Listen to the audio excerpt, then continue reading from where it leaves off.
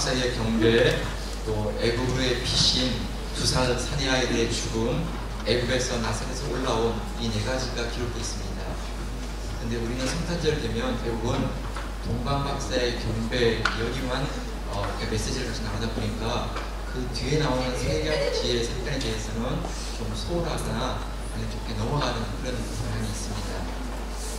그래서 오늘은 저희가 동방 박사의 경배, 왕이신 예수님에 대한 경배 이뿐만 아니라 정말 메시아임에도 불구하고 애굽으로 도망가야 되고 두 살 이하의 사냥이가 죽임을 당하는 그 사건을 경험해야 되고 또 올라와서 베들레헴이 아니라 예루살렘에 머물게 되는 이런 사건들을 통해서 정말 예수 그리스도가 메시아이시고 그리스도이심에 대해서 우리 함께 말씀을 좀 돌아보는 그런 시간 되면 좋겠습니다.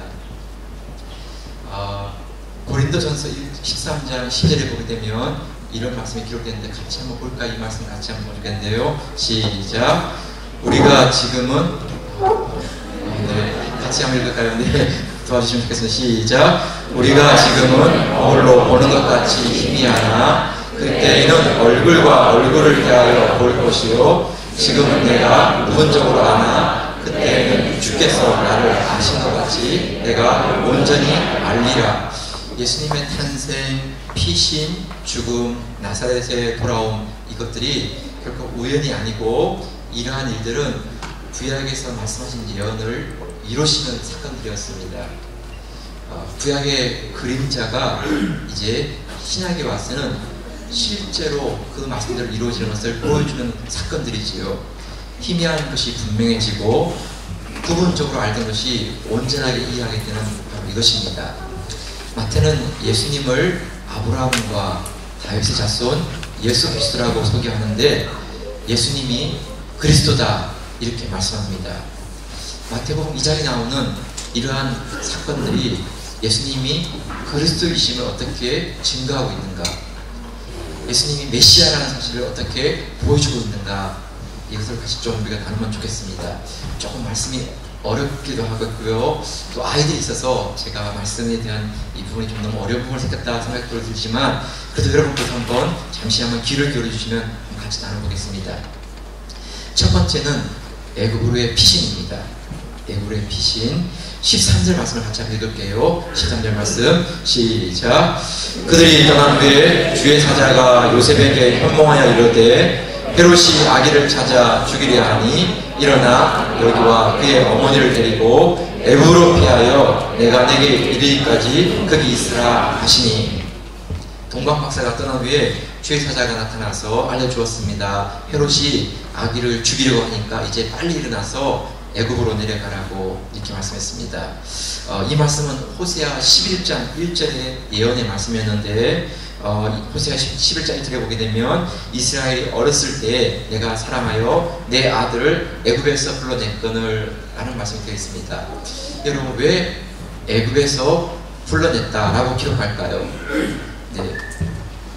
구약 이스라엘 백성들은 애굽에서 이제 출애굽하면서 그들이 광야를 지나서 가나안 땅에 들어가서 새 나라를 이렇게 이제 이루게 됩니다. 가나안 땅은 어떻게 보면 하나의 구원받은 이후에 종으로 있던 그 애굽에서 이제 나와서 광야 송화의 과정을 거친 다음에 이제 영광의 나라 그 가나안 땅을 들어가는 바로 그 구원사의 하나의 그림을 보여주는 과정이죠. 예수께서도 이제 새롭게 하나님의 나라가 시작되는 걸 선포하는 바로 그 과정을 애굽에서 다시 이끌어내시는 바로 그 사건을 통하여서 애굽이 대단해서가 아니고 뛰어나서가 아니라 구원사에 있어서의 그 과정을 애굽이라는 것을 설정하는 거기서 다시 불러내어서 이제 하나님 나라가 시작되었다 하는 것을 알려주시는 사인인 것이지요. 낳자마자 몇 달 되지 않은 아이를 데리고 애굽으로 내려가는 것도 사실 쉬운 일이 아닙니다.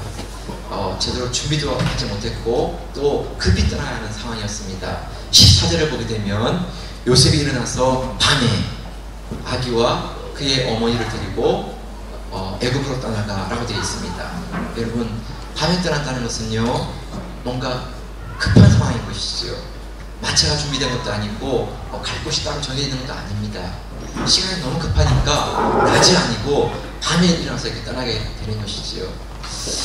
여러분, 정말 다급하게 일이 이루어지는 것입니다. 하나님은 얼마든지 이런 상황에 대해서도 헤롯과 맞서게 하실 수 있습니다. 헤롯을 죽일 수도 있고 헤롯을 그 왕에서 끌어내려서 그의 그 명령이 아무것도 아닌 것으로 만들 수도 있지만 하나님은 그렇게 하지 않으시고 그 상황에서는 떠나게 하셨습니다. 네, 하나님은 불의에 맞서기도 하시지만 때로는 피하기도 하십니다. 하나님은 풍랑 가운데 두시기도 하시지만 때로는 그 풍랑 가운데서 폭풍을 피하기도 하십니다. 여러분, 분명한 것은 피하는 것이 무조건 지는 것이 아닙니다. 물러서는 것이 무력한 것도 아닙니다. 때로는 어떤 경우는 정말 무료하게 시간이 흘러가는 것 같고 때로는 의미 없는 삶이 반복되고 있는 듯한 그런 가운데 있을 때가 있습니다. 그러나 여러분, 지금 우리가 맞이하고 있는 상황이 하나님의 인도하심이 분명하다면 이것은 하나님의 뜻을 이루는 과정 가운데 있는 것입니다. 왜냐하면 하나님의 약속은 정확하기 때문입니다. 15절 말씀을 같이 한번 읽어볼게요. 15절 말씀 시작. 헤롯이 죽기까지 거기 있었으니 이는 주께서 선지자를 통하여 말씀하신 바 애굽으로부터 내 아들을 불렀다함을 이루려 하십니다. 애굽으로 내려가는 것이 그냥 우연이 아니고 주께서 선지자를 통하여서 이미 말씀하신, 예언하신 바로 그 사건이 있다는 것이지요. 헤롯은 아기 예수를 추적하기 위해서 군인들을 보냈습니다. 애굽으로 가는 길목들을 지키게 하고 계곡마다 이렇게 뒤지게 했습니다. 요셉과 마리아도 애굽으로 내려가는 가운데 굴에 피신하게 되었습니다. 요셉과 마리아가 굴 속에 들어가자마자 거미가 그 굴 입구에 급히 줄을 쳤습니다. 헤롯의 군사들이 쫓아와서 굴을 뒤지다가 그 굴을 보니까 거미가 줄을 친 것을 보고 여기는 안 들어갔구나 하고 돌아가게 되었습니다. 그래서 여러분, 크리스마스 트리를 장식할 때 금색과 은색으로 이렇게 둘러갔는데 그게 아름답게 장식하기 위해서 하는 것이 아니고 거미줄을 상징하는 것입니다. 금줄과 은줄을 통해서 이렇게 안전하게 보호하셨다, 이 뜻입니다. 중세 때 보면 암굴의 성모 마리아라고 하는 그림이 많이 그려지는데요. 이 그림의 배경은 바로 이런 것입니다. 헤롯이 쫓아오는 가운데 그 어두운 굴속 가운데서 안전하게 보호해 주신 바로 그 성모와 아기 예수를 그리는 그림인 것입니다. 한 가지 분명한 것은 헤롯이 아무리 강하다 할지라도 우리 하나님의 길을 막을 수는 없습니다. 세상이 아무리 강해도 하나님의 뜻을 꺾을 수는 없습니다. 풍랑이 강해도 주님이 주무시는 배를 뒤집어 엎을 수는 없었습니다. 사랑하는 성도 여러분, 하나님은 얼마든지 헤롯을 제거할 수 있었습니다. 그런데 그렇게 하지 않으셨습니다. 그리고 요셉에게 아기를 데리고 애굽으로 피신하라고 말씀해 주셨습니다. 왜냐하면 예언의 말씀을 이루시기 위함인 것입니다. 메시아는 그가 다시 애굽에 내려갔다가 다시 올라오는 과정을 통하여서 하나님 나라를 선포하시는 바로 그 이런 일을 이루는 분이기 때문입니다. 네, 여러분, 때로는 우리가 편하고 안전한 삶을 원한다면 지금 이런 삶이 아닐 수 있습니다. 왜냐하면 때로는 힘들고 어려운 삶이 우리를 너무 힘들게 하기 때문입니다. 그러나 하나님의 약속의 말씀에 비춰본다면 우리가 가고 있는 이 길이 맞는 길일 수 있습니다. 왜냐하면 때로는 이해가 안 가고 설명이 안 된다 할지라도 하나님이 그 가운데 함께 하시고 우리의 발걸음을 인도하시는 하나님의 사인이 분명하기 때문입니다. 그렇다면 그분의 인도하심이 분명하다면 우리가 다 이해할 수 없다 할지라도 그분을 바라보고 신뢰하고 우리의 믿음의 길을 떠날 수 있기를 축복합니다. 네, 여러분, 애굽으로 피난한 거 비급해서가 아니고 하나님의 약속의 말씀을 이루시기 위함이었습니다.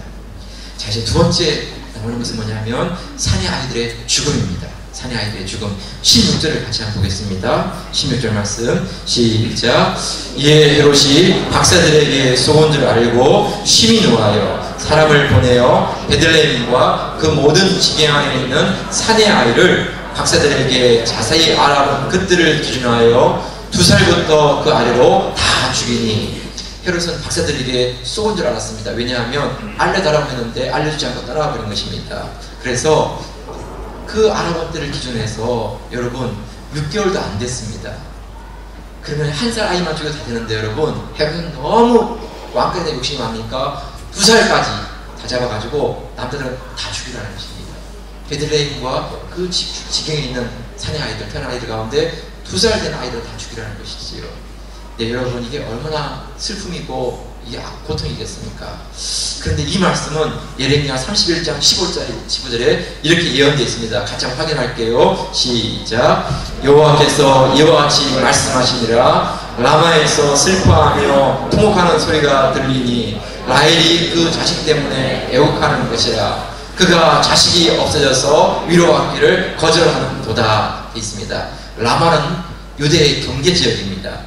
포로를 데려가기 전에, 끌고 가기 전에 집결하는 마지막 지역이 라마였습니다. 라헬은 요셉과 베냐민을 낳았지요. 요셉은 므낫세와 에브라임을 이렇게 낳게 되고, 그리고 이 므낫세와 에브라임은 이스라엘의 12지파 가운데 2지파를 이렇게 형성하게 되었습니다. 그러니까 이스라엘의 가장 큰 역할을 하는 장자의 지파로 이렇게 된 것이 요셉의 지파지요.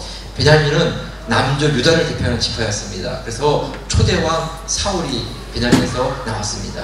그러니까 라헬은 이스라엘과 베냐민 그 두 지파의 머리가 되는 바로 이 역할을 하는 그런 어미가 되었습니다. 그런 이스라엘과 유다가 포로로 끌려가서 모두 죽임을 당한다면 여러분 그게 얼마나 큰 통곡이겠습니까? 또한 라헬의 마음, 이스라엘과 베냐민의 그 유다의 그 우두머리가 되는 그런 일을 한 라헬이 그런 자식들의 죽음을 보고 얼마나 마음이 슬프겠습니까? 네, 여러분 바로 이 상황을 예레미야가 지금 이렇게 예언하고 있는 것이지요. 하나님은 아기 예수님은 도망하게 하시고 다른 아이들은 죽게 하셨습니다. 왜 베드로는 살려주시고 야고보는 죽게 하시는 걸까요? 어떤 사람은 질병에 살아나고 어떤 사람은 그 암 가운데서 죽게 하실까요? 왜 하나님은 동일하게 보호하지 않으실까요?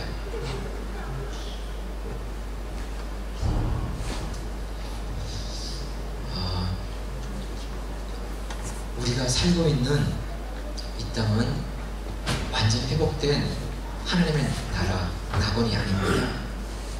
이 땅에 사는 동안에는 억울한 일이 있어서 때로는 하나님 믿는 중에도 사업에 실패하고 대학에 떨어지고 결혼의 문이 열리지 않고 가정에 어려움이 생기기도 하고 이런 일이 막 일어나는 것입니다. 그런데 우리가 가진 믿음은 이런 상황에서도 흔들리지 않고 주님을 섬기는 그 믿음에 서기하는 믿음을 훈련해 가십니다.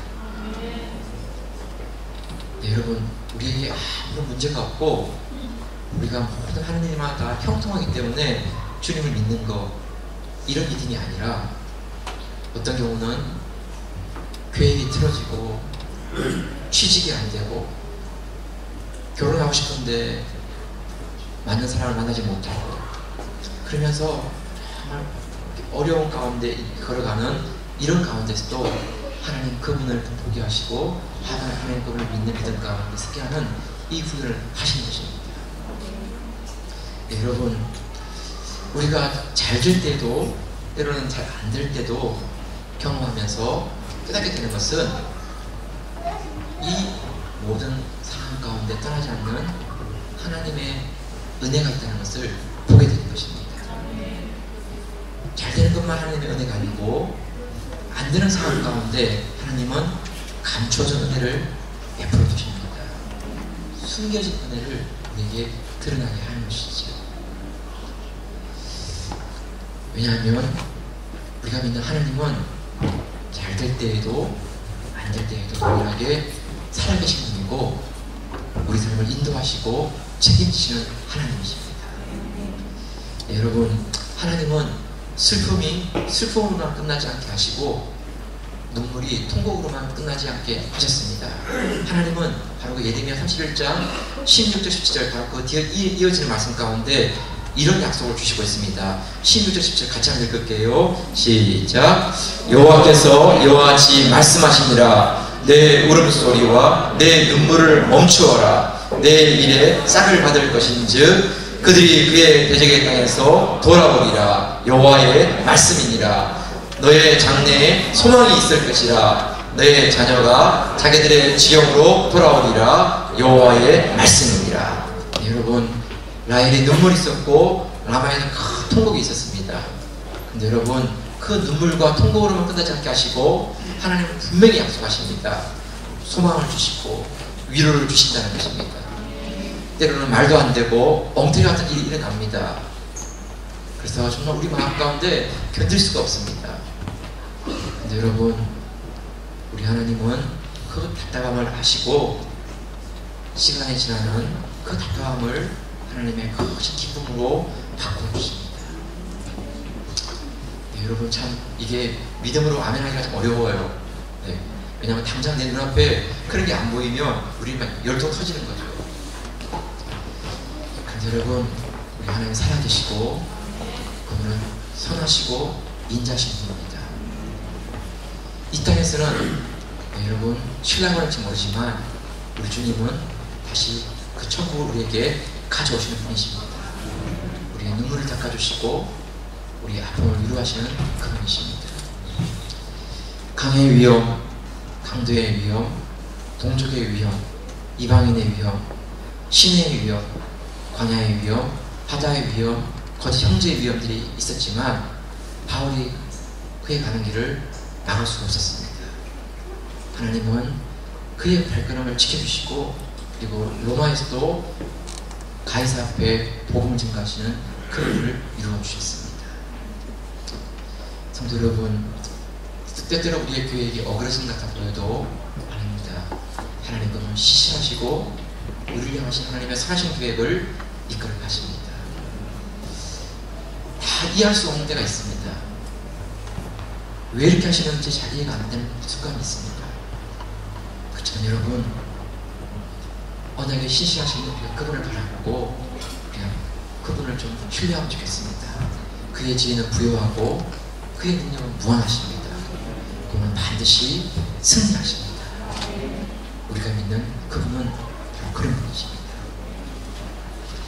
자, 이제 마지막 세 번째 하나님한테 드리고 마칠게요. 네, 나사렛에 사십니다. 나사렛에 19절 20절인데 같이 한번 볼게요. 19절 20절 시작.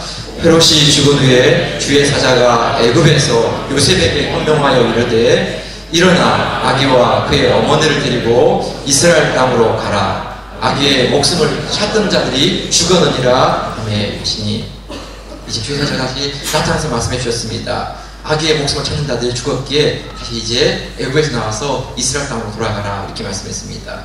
그래서 요셉은 일어나서 아기와 마리아를 데리고 이스라엘 땅으로 돌아옵니다. 그런데 헤롯이 죽었지만 왕위를 계승한 사람은 아켈라오였습니다. 이 아켈라오는 헤롯의 아들 가운데 성질이 가장 못된 아들이었습니다.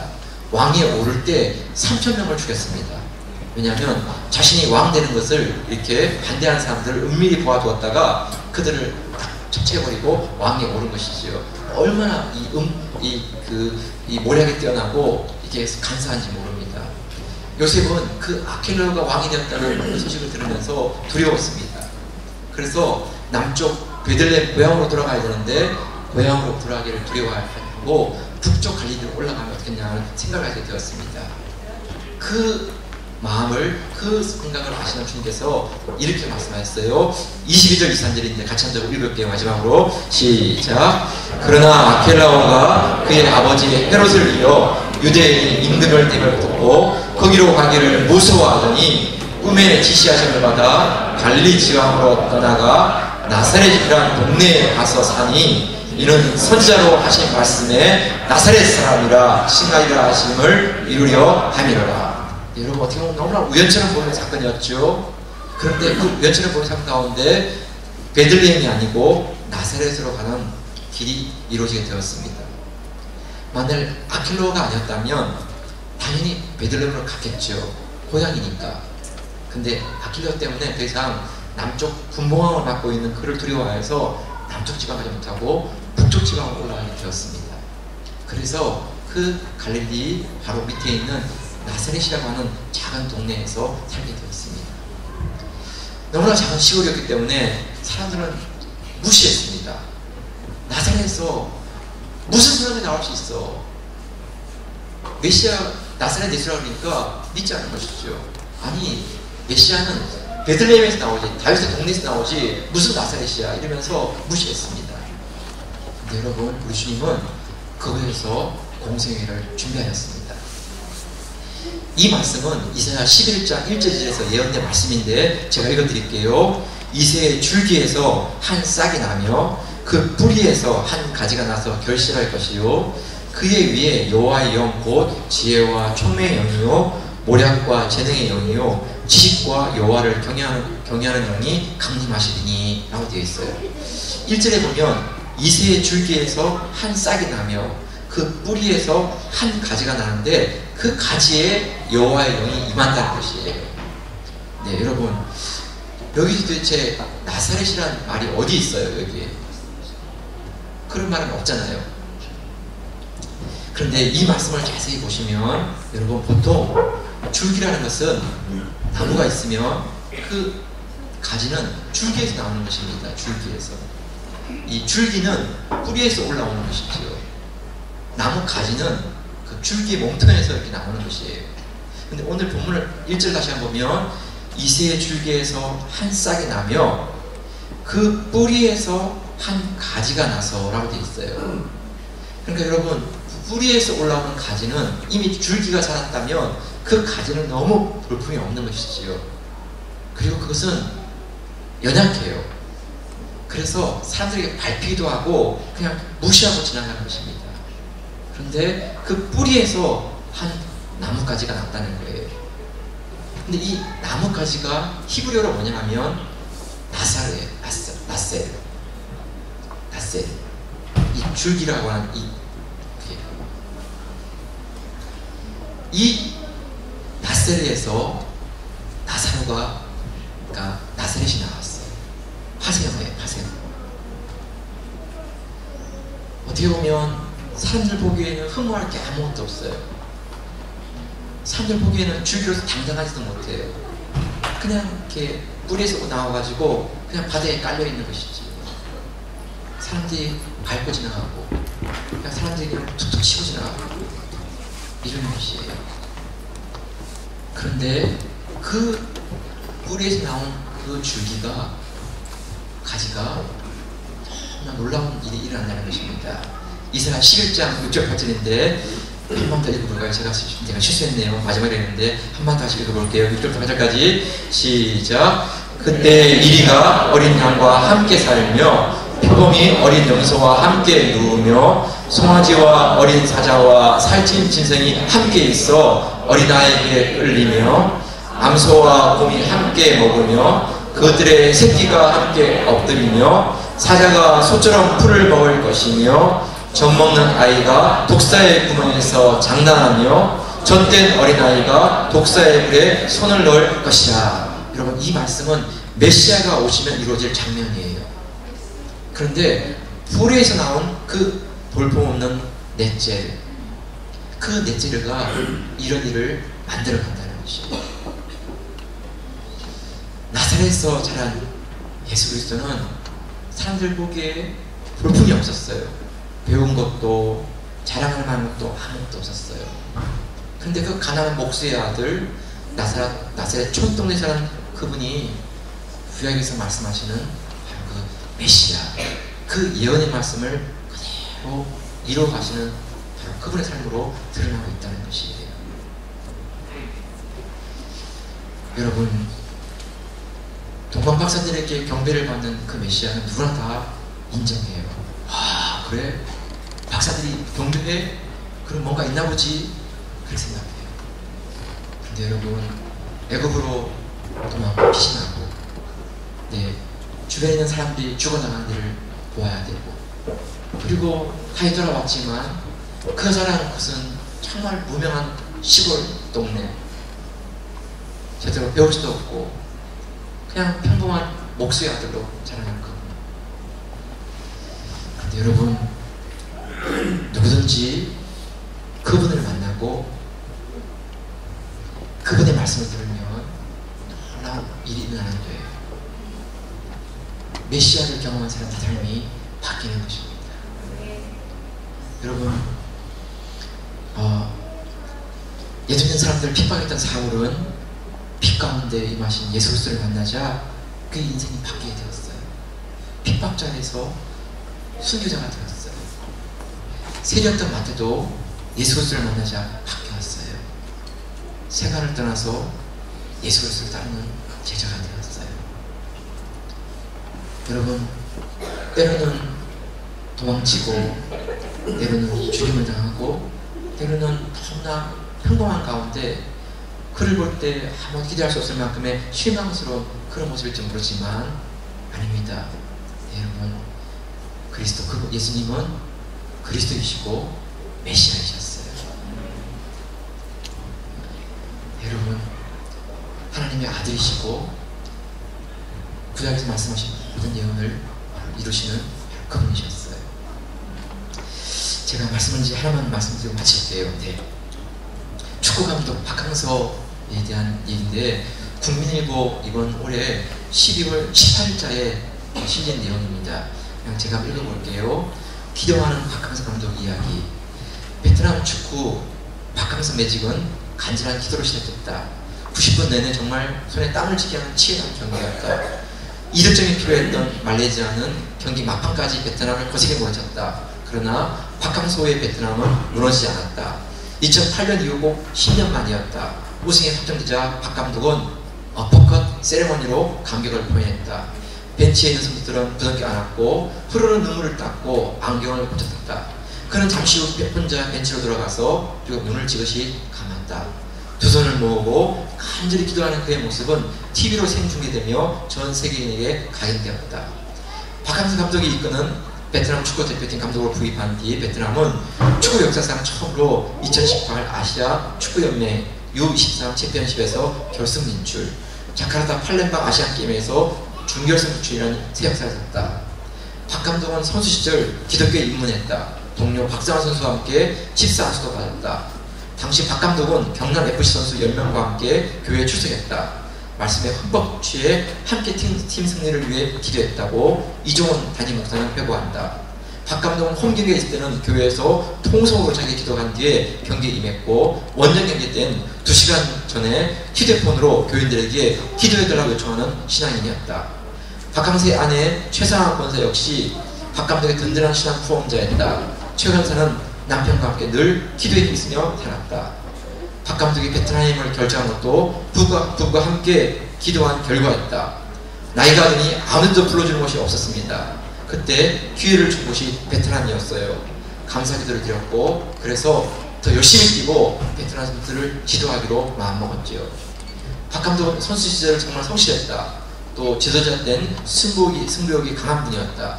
힘든 시절도 신앙과 잘 이겨냈다. 진정한 하나님의 사람이라고 함께 선수생활을 한 이영우 감독이 말했다. 박항서식 부드러운 리더십은 베트남을 열광하게 하는 또 다른 이유다. 박 감독은 기도하는 신앙인답게 언제나 선수들과 스킨십을 나누고 소통을 중요하게 여긴다. 박 감독은 베트남에서도 교회 열심히 출석한다. 아침에 눈을 뜨면 하나님께 초심을 잃지 않게 해달라고 기도한다. 그리고 그는 언제나 이렇게 기도한다. 한 손에는 축구공, 다른 한 손에는 십자가를 들고 사는 것, 이것이 언제나 제 꿈입니다. 여러분, 저도 박항서 감독이 이렇게 신실한 크리스찬이라는 것을 몰랐어요. 근데 혹시 여러분들 축구 경기 보면 이분이 늘 이렇게 머리를 숙이고 기도를 하고 있는데, 저분이 천주교 신자인가? 아니면 저분 다른 신앙하는 분인가? 왜냐하면 늘 보면 이렇게 그 카메라 잡을 때 어떻게 기도하는 분들이 자주 나왔어요. 그래서 잘 모르고 있다가 국민일보에 오는 그 칼럼을 보고 이렇게 알게 되었어요. 여러분, 또 이렇게 또 성공한 사람, 잘한 사람 또 예화 들고 와가지고 목사님 또 하시도 우리한테 그런 거 아니고요. 그냥 여러분들 가운데 성탄절에 그 마음 가운데 우리 같이 좀 고백하면 좋겠어요. 때로는 우리 인생 가운데 실망되는 사람들, 때로는 너무 내 삶이 멈춰있는 것 같은 부담들, 침묵되어 있고 멈춰져 있는 그런 시간들, 그런 가운데 우리가 소망이 차면 좋겠습니다. 우리 하나님 살아계시고 그분은 우리의 능력입니다. 연한 숨 같고 많은 불 같은 그분이지만 사람들이 비난하고 욕하는 그런 걸지 모르지만 아니요, 정말 그분은 메시아이시고 하나님의 아들이십니다. 우리가 그분을 믿는 가운데 우리가 좀 더 빛과 소금으로 이 땅을 살아가는 삶이 되면 좋겠습니다. 이런 은혜가 우리 교회 함께 하시기를 축복합니다. 같이 한번 기도하겠습니다.